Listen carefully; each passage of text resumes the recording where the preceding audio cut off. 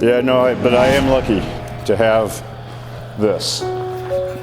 People ask me, how did you know about this? And I go, I never saw you at the airport. You gotta be there to find the deals, you know? But I always had airplanes, you know? I was always down at the airport, you know, shoveling my wings or talking to somebody or getting some maintenance done or whatever, you know? Mm-hmm. And then this came up for sale. It's the second day in the market. Saw the for sale sign. It was a no-brainer at that point.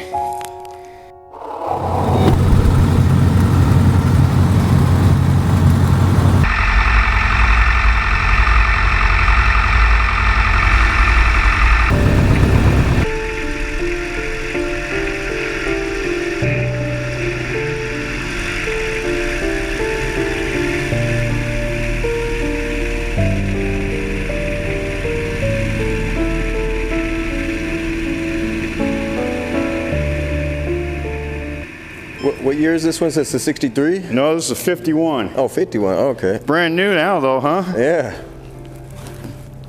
It's got a brand new fuselage in it. The other one was pretty rotten. It'd been banged up and welded and re-welded and broken, and you know, over all the years. And yeah, I like how you got these windows all the way back here like that. It's nice. yeah, I extended the glass because there's a lot of guys flying around with all this new Gee Whiz radio stuff, and all they do is look at the Gee Whiz stuff. And I told him, I said, hey, you know, there's a reason why there's a windshield. You gotta be looking out the windshield. Yeah. You know, and there's been a few mid-airs around here, and extra glass, you have extra visibility from inside, you know. Mm-hmm. It actually mainly helps the person in the back, but or the dog. The dog gets a good view too. One day, I went to go flying in the 185, and it wouldn't run. I started up and it'd die. Started up and it'd die. And it did this for a while, and I finally got it started up. All I was doing was going to ferry it across the lake. Mm-hmm. I didn't even do a pre-flight. I was just going to take it across the lake, taxi across, and we're going to pull the floats off and put it on wheels. And then that was the only plan for it. And I had a hell of a time starting it. I finally got it started. I even got out in the middle of Lake Hood, and it died on me out there. I called tower. And, hey, man, I'm having problems here, but I'll deal with them, you know. And yeah. so they said okay. And yeah. then you had to paddle back to the shore, or did you get? I got it fired up again. Got back to my spot, let it rest for a while, and then I got running again, and it stayed running. I had it tied down. It stayed running, and so I called tower and I said, okay, I want to taxi the far end of the lake to have them pull me out. And he says, okay. So I did that, and I get over there to my mechanic. My mechanic pulls the airplane out with his lift. You know, they got these forklifts that lift the airplanes up. Yep. And so I did that, and he says, he and his mechanics jumped up on the airplane. What do you want us to do? I says, well, we're going to pull the floats, and it wasn't running, so it didn't run real well. So figure out what's going on here.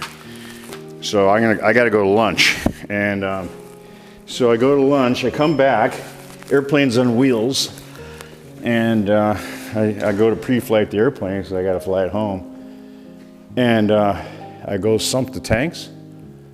Oh, what's this? Yeah, I had all this, you know, I had water in the fuel, lots of water. I go, whoa, what's this? And then Ski looks up and he goes, oh, we drained a whole pile of water out of that tank. The gas cap was off. Oh, man. I go, what the heck? And I had to think about it and think, no, it wasn't me that left it off. And I'd been out flying. Come in from Shanghai, I'd been gone for 2 weeks. Come in, somebody had siphoned me.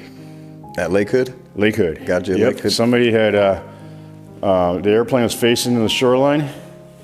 And I think they went and vandalized it. They pulled the gas cap and had the gas can and the hose going down the backside of the wing. And I don't know if they got scared or what, or maybe they got what they wanted. And they left and left the cap off.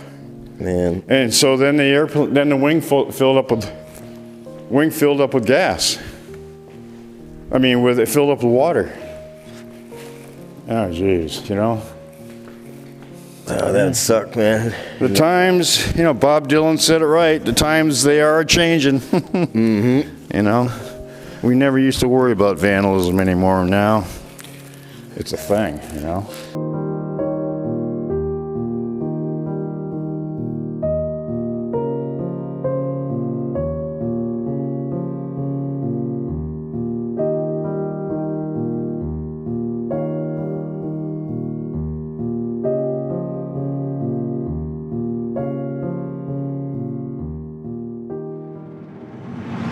That's the benefits of been flying a long time. You know what works and what doesn't work, and what has to work and what doesn't have to work, right? Yep. How many years you been flying for? Heck, I started in '71, so 53 years. What got you into flying? Was this something you always did, or did you? No, there's another friend of mine from high school was taking flying lessons. I go, oh, that's pretty cool, you know. And then we moved, and then Dad said I had to go to college, and I said I didn't want to go to college, and he goes, well, you got to go, and blah blah blah, and he says, I'll pay for whatever you want to do. I says, well, I want to fly. He goes, I'm not gonna pay for that. So anyways. But anyways, I decided to take flying lessons when I was in high school, and I said, as long as I'm having fun, I guess I'll pursue it, you know. And I just never quit. You know, you can buy anything you want these days. You gotta just figure out what you want and see if they have it, you know. Yep. Well, that's the idea, I think. But how would you hold them in there? I just don't see how they can stay in. Falling out the bottom. And that's the ones that's for that bag too, huh? I wonder. I don't know. Huh. Just pick it up and they all fall out. I'm not gonna do that.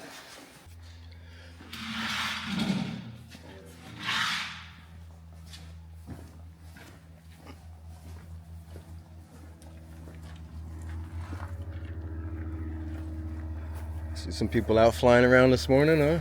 Yeah, it was a hell of a nice day. Yeah. Yeah, this place looks so different. They cut all these trees down through here now. Yeah, the state made us do it. It's ridiculous. Yeah, when I come. I argued with him. I says, you know, the only what harm is the trees going to do to you? Yeah. I says the only harm or any threat to aviation is on final. And now, Far from final. and if you're in this direction coming in, you're in serious trouble already. Yeah, Yeah. exactly. So. We got a chopper taking off.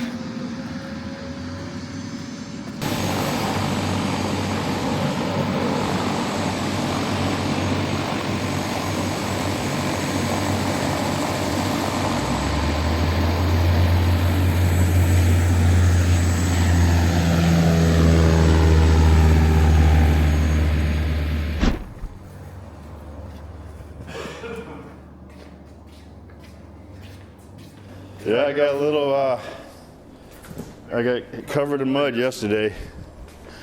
The tides are real high right now. I noticed that. They're super high right there this morning. Yeah. So I'll tell you, so it's really hard to time the best bird hunting this week. And because the tides are going over the strips. Oops. So what do you take out hunters hunting and bird hunting? No, I'm retired, and the airplane's you know, it's just a tool, you know, for getting out to the hunting grounds for bird hunting, moose, whatever. This year I've been to bird hunting. Let's see, what is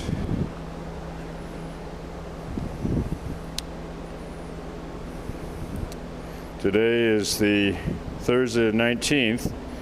And this morning at 8:36 was a 32.9 foot tide. 32.9 foot. It's a big tide. Yeah, that's gonna be the highest it's gonna be all week today. What you see. Yes. Now in the evening we have even higher tides, and 33.3 is tonight. 33.6 is tomorrow night, but it all coincides with like sunset tonight's around 8:15, 8:30. So at 9 o'clock is the high tide. So I like to hunt the morning. The birds seem to be most active in the morning and the evening, and then during the day they like to take a nap, you know. And but you can't be out there during these tides because the tide is going up over the strip. Oh, and then that strip is all the terrain out here along Turnigan Arm is made out of that mud. So it's all mucky, real bad, soft. It gets really slippery. And so when I landed yesterday, I touched down, and a buddy of mine was coming in another airplane, and I'm going, oh man, watch me go. I'm sliding sideways right now, just tapping on the brakes. And so he came in, and so I had mud all over the airplane. And he came in and landed, and I go, hey, you got no mud? And he goes, yeah, I took that as a gouge.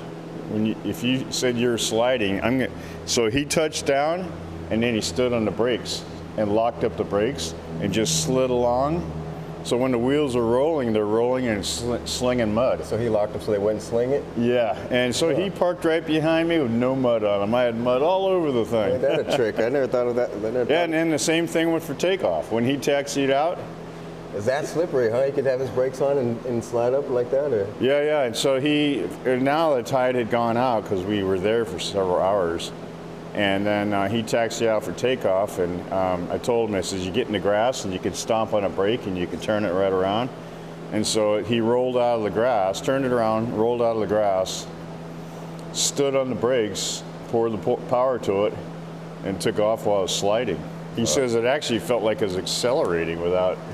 Slide like he skis. didn't have any mud. I had mud all over my airplane. Mud skis almost, huh? So it's all cleaned up. He has running water at his hangar. I don't, so he let me clean it off last night. Nice.